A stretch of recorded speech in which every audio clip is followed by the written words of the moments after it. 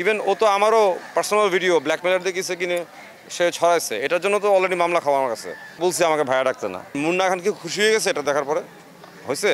মুন্না খান অসুস্থ হয়ে গেছে। বসুন্ধরা ডায়াপেন্ট এখন আরো উন্নত। এই হট এয়ার থ্রো টপশিট দ্রুত শোষণ করে সোনামণিকে দেয় কোমল অনুভূতি। এটা একটা নেশা, ক্রাইম করতে থাকাটা নেশা, মানে সারাক্ষণ ভাইব্রেশনই থাকে, ক্রাইম ভাইব্রেশন, এটা বলে আমরা ভাইব্রেশন বলি, এবং আলোচনায় থাকা, সবার অ্যাটেনশন সিক করা, এটা একটা নেশা।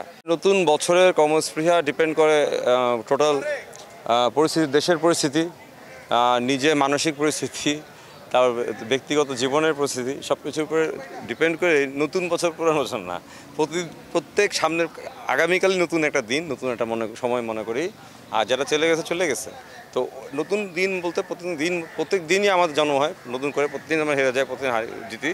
তো আমি মনে করি নতুন বছর মানে হচ্ছে পিছনের সব গ্লানি, ক্ষোভ, সব কিছু ভুলে সামনে আগানো, পজিটিভ এনার্জি নিয়ে।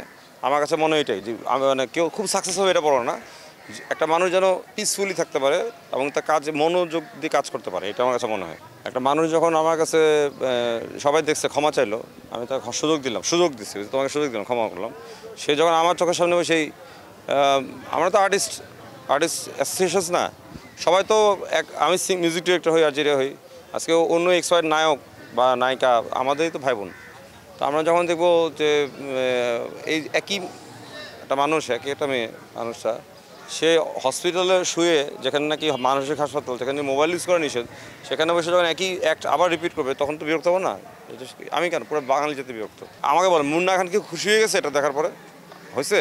মুন্না খান অসুস্থ হয়ে গেছে, তাই তো মুন্না খানকে সে মানসিকভাবে অ্যাটাক করলো, সামাজিক আর মানসিকভাবে হেও করলো না? মুন্না খান তো এটা করেনি, ওকে করছে? করেনি। যদি ওদের ভিতরে সমস্যা থাকতো, এটা ব্যক্তিগতভাবে আইনি প্রক্রিয়া আগাইতো, অনলাইনে কেন স্টক করতে গেলো? অনলাইনে কী দেয় মানুষ? অনলাইনে প্রমাণ দেয়, অনলাইনে দেয় যে কেউ আমরা অডিও দিই, যে কেউ কাউকে হুমকি ধামকি দিচ্ছে, সেটা অনলাইনে দিই। আর অনলাইনে কেউ দেশদ্রোহী কথা বলা, দেশ বিরোধী কথা বলা, আইনের বিরুদ্ধে কথা বলা, সেটাও অনলাইনে বলাটা নিষেধ। ওগুলা আর আমরা যেগুলো দিই সেটা হচ্ছে ব্যক্তিগত, যে কে গোপন ইয়েতে কে কাকে ফাঁসানোর চেষ্টা করতেছে, এটা যদি আমাদের কাছে এসে পড়ে, এটা আমরা অনলাইনে এক্সপোজ করবো, এটা জাতির কাছে। আজকে যদি অনলাইন প্ল্যাটফর্মটা এখন নতুন না, বাংলাদেশে তো এটা বুঝতেছে মানে নতুন, বা নতুন একটা আবিষ্কার, নতুন একটা জেনারেশন আসছে যারা নাকি অনলাইনটাই বুঝে। আজকে গণউত্থান থেকে শুরু করে সব অনলাইন থেকে আসছে, কোটা আন্দোলন থেকে শুরু করে আজকে আসিয়ার জন্য যে রেভলিউশনগুলো হচ্ছে, যে আন্দোলন, সব অনলাইন থেকে কিন্তু আসতেছে, অনলাইনের আওয়াজ থেকে, ভয়েস রেস থেকে আসতেছে। তো অনলাইনটার আমি তো মনে করি online centre of the point for all kind of revolution. অনলাইনের অনেক ভূমিকা আছে। মানসিক রোগী তো, এটাকে আমরা বলি পার্সোনালিটি ডিসঅর্ডার, এটা যেই করবে। একটা ক্রিমিনাল যখন ক্রাইম করে, সে এটা করে মজা পায়, রাইট? আপনি যদি কেউ একটা সিরিয়াল কিলারকে জিজ্ঞেস করবেন তুমি কেন খুন করো, সিরিয়াল কিলার বলবে আমাকে ভালো লাগে। ওরও একটা লজিক আছে, ও ক্রাইম করে, ওর কিন্তু একটা সুন্দর লজিক দেবে আপনাকে। যে চুরি করে সে তুমি কেন চুরি করো, আমার খুব ভালো লাগে। মানে সব কিছুরই একটা ভালো লাগা আছে। যে লোকটা জানে যে মানে নেশা করলে তার মৃত্যু আসবে, শরীর তার স্বাস্থ্য ক্ষতি হবে, সে জেনে শুনেই নেশা করে। কেন করো তুমি, ভালো লাগে, নিজেও জানে না। এটা একটা নেশা, ক্রাইম করতে থাকাটা নেশা, মানে সারাক্ষণ ভাইব্রেশনই থাকে, ক্রাইম ভাইব্রেশন, এটা বলে আমরা ভাইব্রেশন বলি, এবং আলোচনায় থাকা, সবার অ্যাটেনশন সিক করা, এটা একটা নেশা।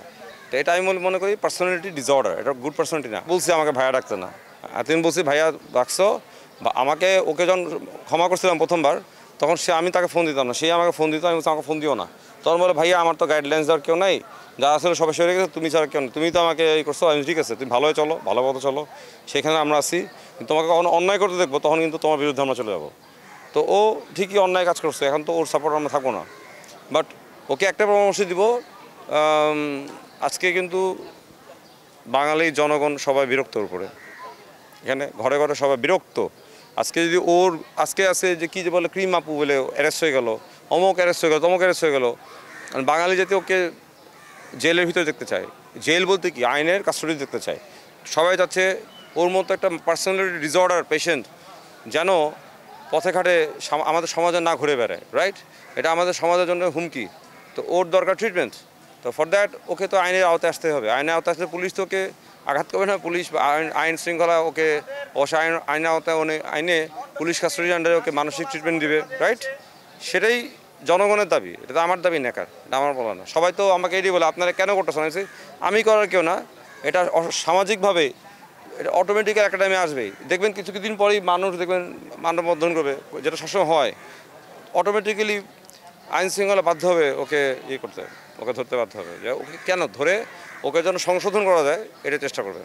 ওকে আমরা বলি না যে ওকে, ইভেন ও তো আমারও পার্সোনাল ভিডিও ব্ল্যাকমেলার দেখিয়েছে কিনে সে ছড়াইছে, এটার জন্য তো অলরেডি মামলা খাওয়া আমার কাছে, ওই পর্নোগ্রাফি মামলা, এটা খুবই খারাপ মামলা, এটাতে কোনো বেল নেই, তো এটা প্রমাণিত। সেখানে আমি ওকে স্থগিত, আমি এমন না যে আমি মামলাটা তুলে ফেলছি, আমি স্থগিত করে রাখছি। তা ওর তারপর যদি এত সাহস থাকে যে এরপরও, তা বোঝা যাচ্ছে ও ড্যাম কেয়ার, এরপরও ও যে ভবিষ্যতে আরও কয়টা মানুষের জীবন নষ্ট করবে, গ্যারান্টি কি?